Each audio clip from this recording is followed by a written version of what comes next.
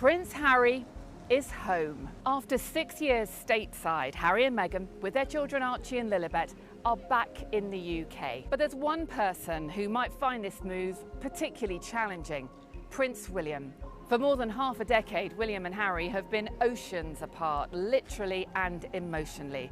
This isn't a standard sibling fallout, it's a deep-rooted fracture filled with anger, resentment and a total loss of trust. But now the brothers are back in the same country, could William and Harry repair their broken relationship? I'm Daniela Ralph and I've been a BBC royal correspondent for around 10 years. And during the vast majority of that time, William and Harry haven't really been talking. Harry was last in Britain back in July. His easy charm was on show. Amidst the charity events and public speeches, Harry also saw his father for the first time in nearly a year. It was a private meeting at Highgrove, the King's country retreat. With Harry were Meghan, Archie and Lilibet, and with the King was Queen Camilla. Except Harry did not see his brother. This was September 2022, in the days after the death of Queen Elizabeth II. At Windsor Castle, it was the last time we clearly saw William and Harry together in public.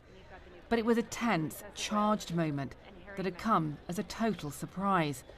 Alongside Catherine and Meghan, they looked at tributes to their grandmother. There was a sense of strain, but it also brought hope that perhaps this was a sign the friction and rancour could be set aside.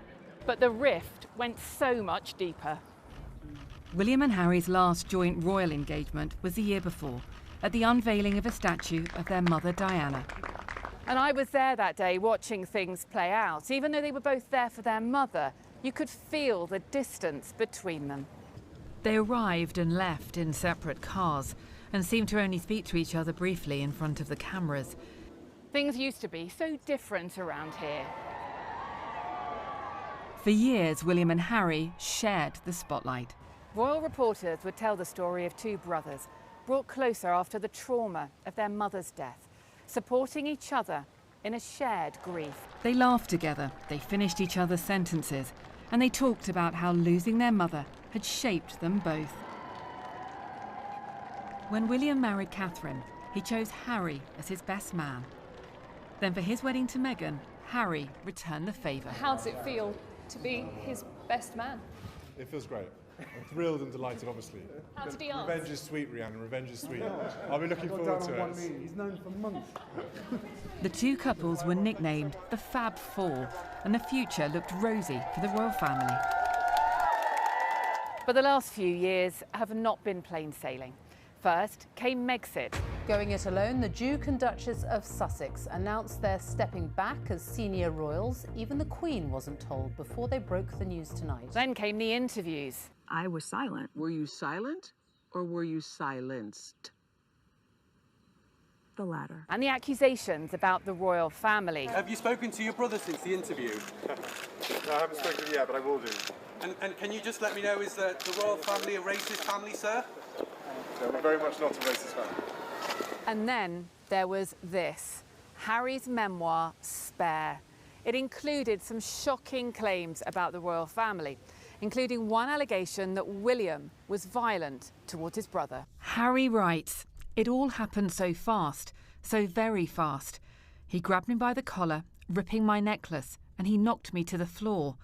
I landed on the dog's bowl, which cracked under my back, the pieces cutting into me."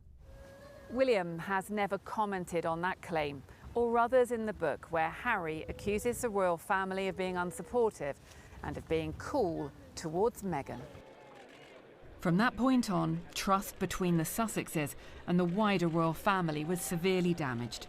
But in his interview with the BBC in 2025, Harry said he hoped to repair his relationship with his family. I would love reconciliation with my family. There's no point in continuing to fight anymore. As I said, life is precious. I don't know how much longer my father has. Trauma expert Dr. Gabor Mate, who interviewed Harry ahead of the publication of Spare, has suggested Harry's decision to return to the UK could be driven by family circumstances. He's got an aging parent with a cancer diagnosis, and the deepest human dynamic is attachment, connection, and if that's what's motivating this, I'm not in the least surprised. Prince William's team has stayed tight-lipped since news broke of the Sussexes' return. He is in no mood to forgive and forget. The hurt he feels still lingers. The brothers' relationship remains messy and miles apart. This is a real PR crisis. William has to reach out. If he doesn't, we're going to be talking about this, people like you and I, every day for years, and it's going to become a reputational threat. Could the closing of the physical gap between William and Harry help ease the anguish and fix the angst? The problem for William is proximity. Harry is now just a short drive away from Windsor, where William and his family live, and there will be pressure on the elder brother to soothe tensions. Every single thing they do, wherever William goes, he will be asked about this, because Harry is back in the neighbourhood. We don't need cuddles. We don't need posed up folk. We just need a briefing that they have met. But, you know, the only way is up, I guess, is the positive way to look at that. I've been speaking to several people who've worked with William over the years. They say he will try to avoid the distraction of Harry and Meghan. He'll prioritise his public work and not get drawn into the drama. In Spare, Harry wrote that his father begged his sons not to make his final years a misery. We don't know when Harry and Meghan will see William and Catherine, or whether they will ever reconcile. There will be plenty of times when their paths may cross. Could Harry, a military veteran, join the royal family for the sombre, reflective Remembrance Sunday in November? Perhaps a chance to see the Sussexes and the Waleses together.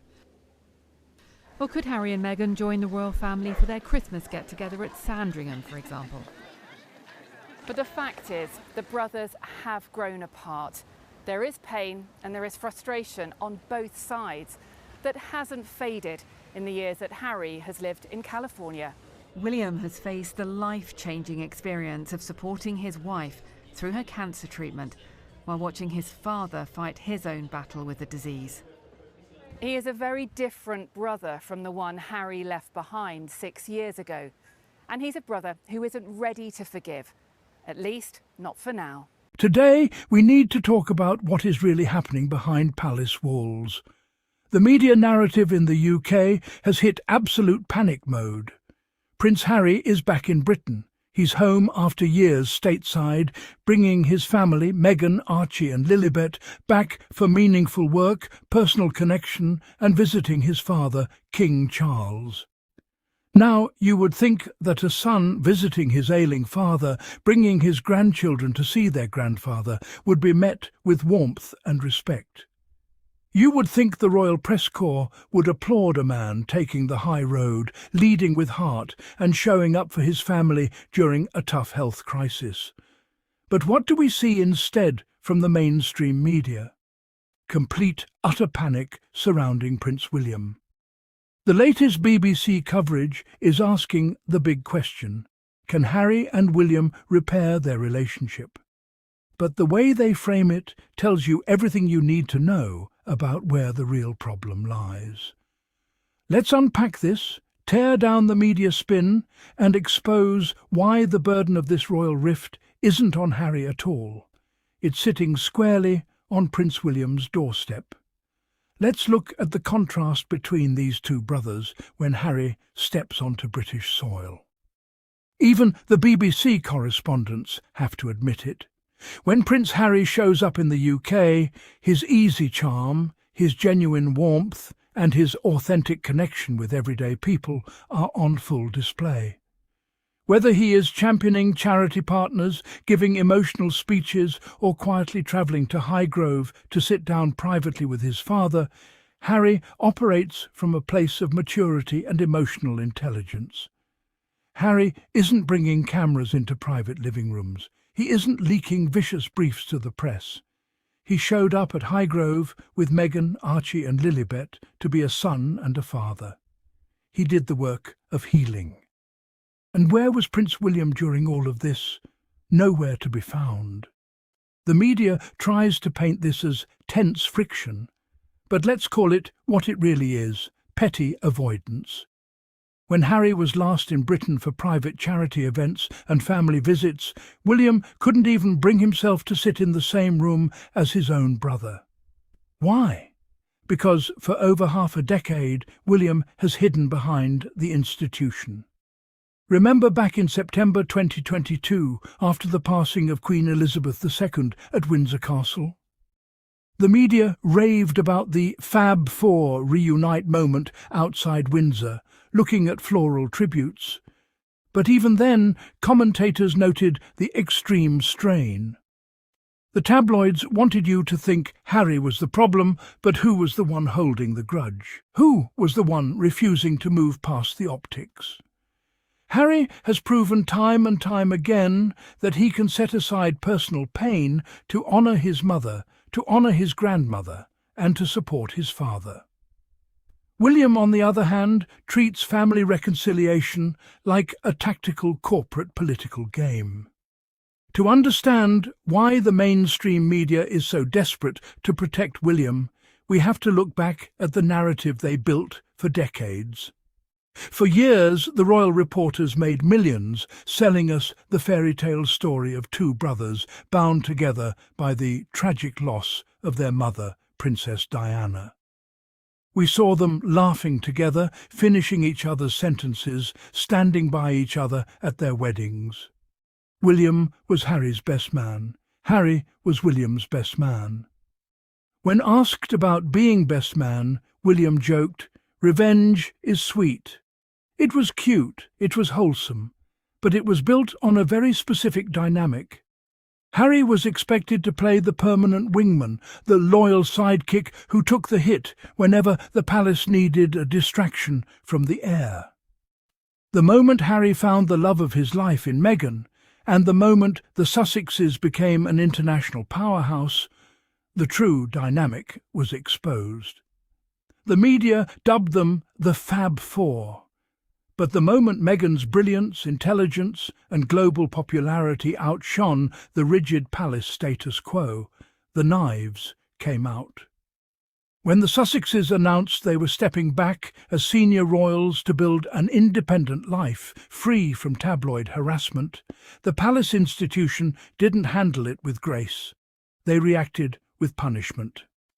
And let's address the elephant in the room that the mainstream media loves to gloss over: spare.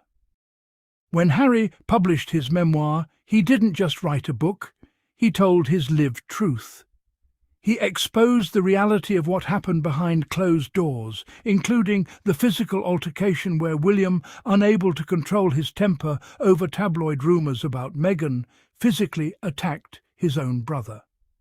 Harry literally landed on a dog bowl, cutting his back, while William knocked him down. The British media tried to bury that claim or brush it off as family drama. But imagine if the roles were reversed. Imagine if Harry had laid hands on William. The headline outrage would have been apocalyptic. But because it was the heir attacking the spare, the palace machine expected Harry to shut up, take the hit, and keep smiling for the cameras. Harry said no more. He exposed the unsupportive, cruel environment that Meghan was subjected to.